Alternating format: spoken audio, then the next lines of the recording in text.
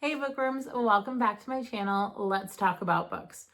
I've read so many books this year that I just want to talk about and do a little check-in. So the first book that I read was The Uncommon Reader by Bennett. It is a sweet little novella about Queen Elizabeth getting into a little entanglement, if you should say, with her dogs terrorizing a mobile library van, and in the queen fashion, she was not going to leave empty-handed after saying she was sorry, that she decides to take a book and thus starts her adventure into becoming a bookworm.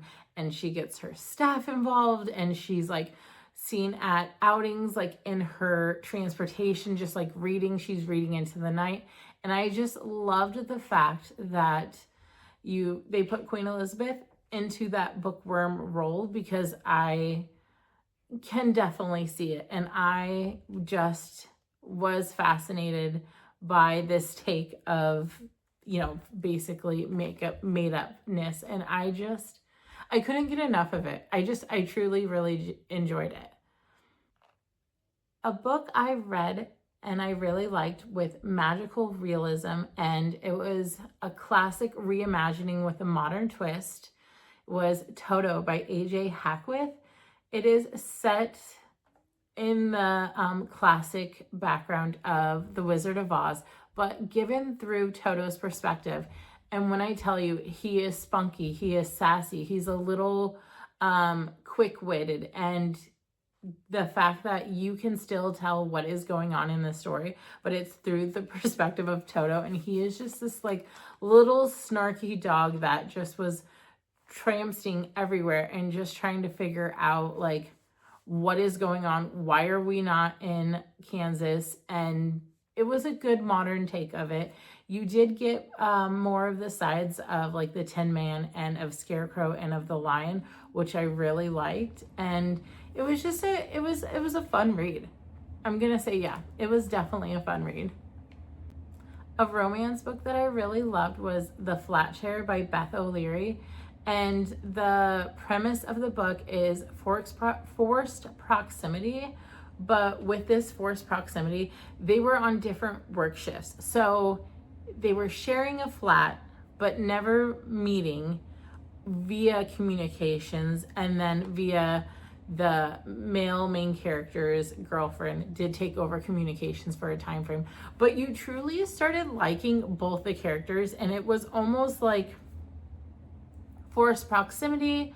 They did share the same bed, but they didn't share the same bed at the same time. They were switching the covers, and again, different shifts, so they didn't meet for a good chunk of the book. And you really got to know the characters, and they made sense. So it was very much, I would say, a slow fizzle, a slow burn, but it kept you involved and it kept you intrigued, because I was like, at what point are these two going to meet? Because you're sharing a space and you're getting to know them through their things and through your conversations, but not truly like knowing them. It was a great concept for a book, and I really did like that one too. A thriller that kept me on my seat. I could not figure this book out. It was a page turner for me. A little bit of a slow start, but I think it was just because I was busy in my personal life that I didn't like dive in. But once I started reading the book, I couldn't stop thinking about it and trying to figure out clues. Is Everyone Here Is Lying by Shari Lapena.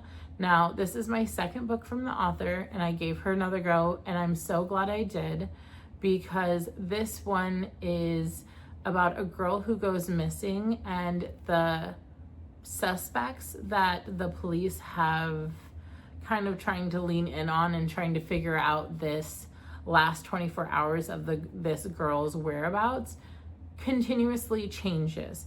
And it really gives you that dynamic of truly you don't know what someone's life is like, you don't know what their family life is like, and every time they got information, it was like pulling back layers from an onion. And then there is a twist in the book, and I was not ready for that twist. And toward the end of the book, I was just like, where do we go from here? Like, what does normal look like, and where do we fit the puzzle pieces back into place after the end of the story? Because it was literally like you opened a puzzle, you threw it up in the air, and you were like putting all the pieces together, and then you somewhat got a full picture, but then it's just like, how do we move from here? Because that puzzle is never going to go back in the box.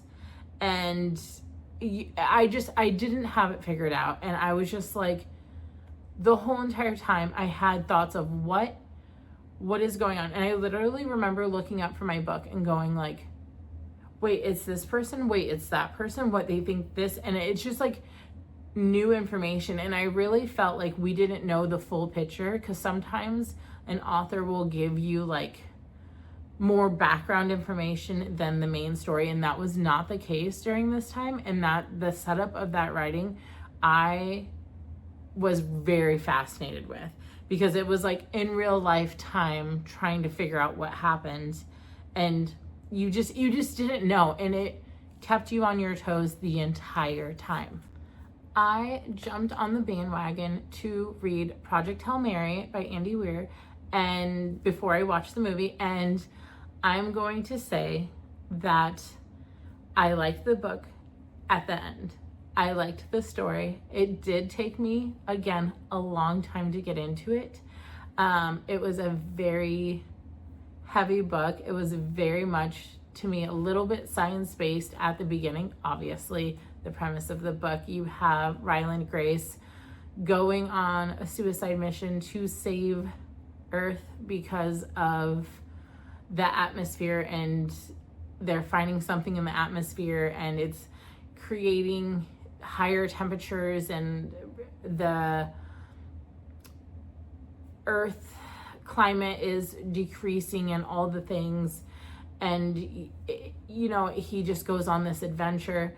And I'm gonna say my lifesaver for this book was the audiobook, because the narrator was fantastic, and it really got me into the story and kind of past the science-based stuff that Ryland Grace was doing at the beginning of the book when he woke up in space, because they put him in a coma-induced sleep for that travel, because again, light years away, that's a long time difference, and they thought it was best that they would sleep for a good portion of the mission, which makes sense in theory. But when you wake up and not know who you are, not know where you're at, that's a problem. And being the only one on the ship is a problem. And that's what Ryland came to face. And I was just like, oh, interesting concept. I liked it. And I like the fact that they chose Ryan Gosling for Ryland Grace's character. I think he did a fantastic job. So my historical book that I read that I really enjoyed was Miss Morgan's Book Brigade by Janet S. Charles, and I was hooked. It takes place, Miss Morgan is over on the battlefield in World War II, and decides to bring, I want to say culture, and wants to bring a sort of normalcy after trying to rebuild these villages. And one thing that she had thought with her partner is that they wanted to bring literacy back to these small towns for the people, for their children. And in Host brings over Annie that worked at the New York Public Library. She does a 2-year contract, comes over, makes friends, gets into the fold, realizes that the town library is completely demolished, so she has to build it back up.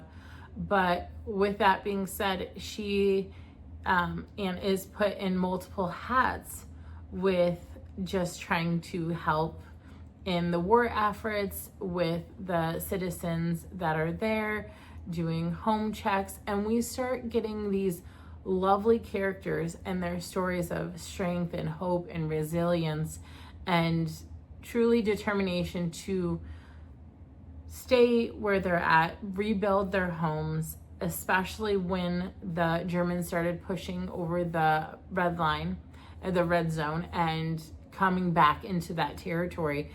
They had to evacuate again. And it just goes through this timeline of this U.S. troop of ladies truly like banding together, trying to do good, trying to, you know, help the citizens over there. And it was truly a remarkable story, and it's based on true people, which I didn't know till the end of the book. And it was, I'm telling you, one of the best historical reads I probably have read in a really long time.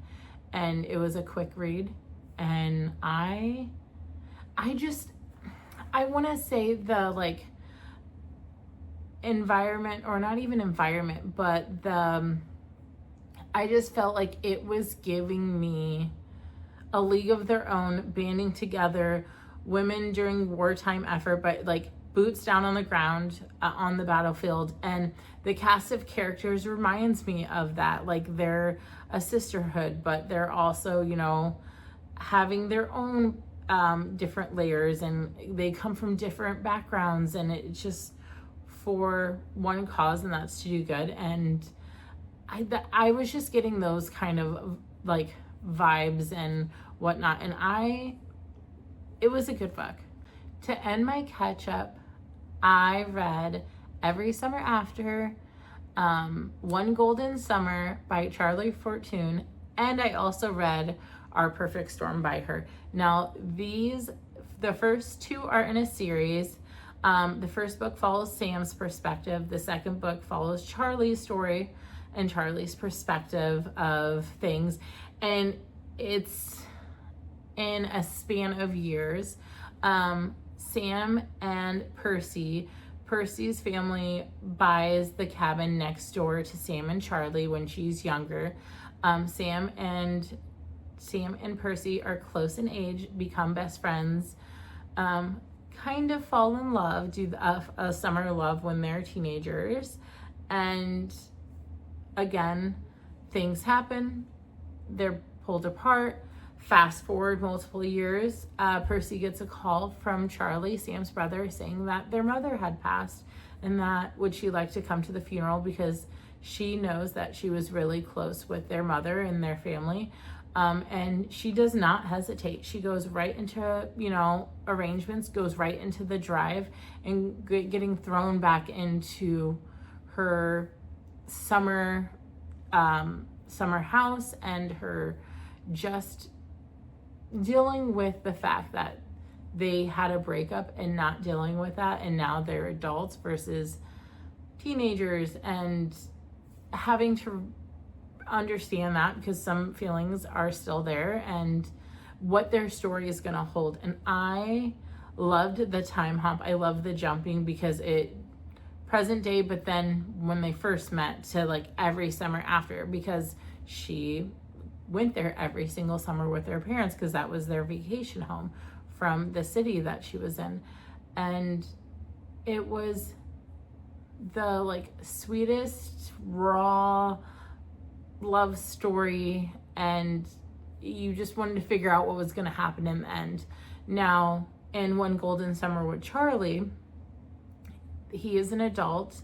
The main character in the book actually rented a cabin across the way one summer. I think she was 17, had taken a photo of these kids on a banana boat, and it was published. She became a photographer for magazines, and as she's an adult, her grandmother hurts herself, gets kind of in a rut and a little depression, and they were reflecting on, I think they were looking at photos, but they were reflecting on happier times. And in the summer they would go to the cabin, at least her grandma would, because her and her husband had lifelong friends with people that lived in the cabin across the lake. And the main character was like, I remember this, I remember going there, this and that. They devised a plan to go there in the summer, because she was helping her grandma out, rehabilitate after a breaking. I believe she broke her foot. She was dancing. It was either her foot, it was something in the lower half of the body because she had a walker. I can't remember the details of what she had broken, but she wanted to go to the cabin and relax and rejuvenate, and they thought it was a great idea. Come to find out, Charlie is helping the owner of the house, since the owner of the house is not in that location. So Charlie's helping out. We get a slow, almost burn, but quick flame type of romance. There's a lot of cute banter in it, which I really liked. Charlie was very reserved about something, and we figured that out later in the book, which wasn't what I thought it was. So joke's on me. But it was still a really good love story and a really good summer read. And then I ended my Charlie Fortune book tour, as I like to call it, with Our Perfect Storm. And again, not into that book series. It was two people. They were best friends. The boy's grandmother lived on the same, almost like backdoor neighbors, but with like a lot of land. And she lived in the house, and they became friends, and she was getting married. I can't remember her name right now. I do apologize. But she was getting married, and on the day of her wedding, her groom-to-be, not him, he was her best man. The groom-to-be was like, I can't marry you, I'm sorry. And that was the breakup note that she woke up to. Fast forward, she goes on to the planned honeymoon with her best friend, because he was like, your friends, your family want you to heal and whatnot. So we're going to go on this lovely honeymoon that you and your fiance had planned. And basically, who cares about him? And let's jumpstart this. And she's like, I just want to know why, and I just want to spend time with you. And it was very complex, but they did go on to the honeymoon and had a great time, and fell kind of in a rhythm of, we need to talk about things. We haven't been okay for a while. You've been kind of gone recently. I know you're traveling for work. And it was just like they were having those tough conversations, and she was growing, and it was just literally a perfect storm of a book, because there was so much darkness. There was so much just like rawness. And then you really realize that her friends, her family were in the right mindset of like, you weren't you when you were with him, and that sort of thing, and you're better off without him. And I liked it because it jumped back and forth too to when they first met, and then a little bit of time hops of age in their story. And then just, he had planned out a full week of itinerary of how she was going to heal. Like, one day is reflection, one day is motion, one day is this, and one day is that. And it really truly did help her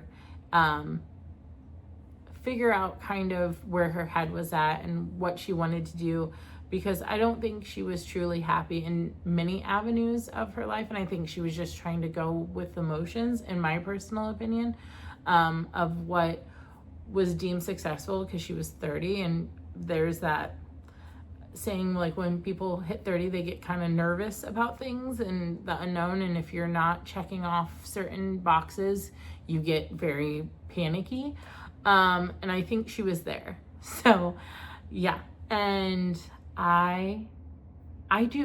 that's been a good author. I'm going to read a couple more of her books, probably not this summer, but she's definitely an author that's really turned into a favorite of mine, because her books are just fun, and they're very like summery and easy to read, and kind of more of a realistic falling in love situations and scenarios. And it wasn't like quick to this and quick to that, because sometimes it gets there too quickly. But for me, her pacing was chef's kiss, top notch. But yeah, so with that being said, those were my books that I really enjoyed reading over the last few months.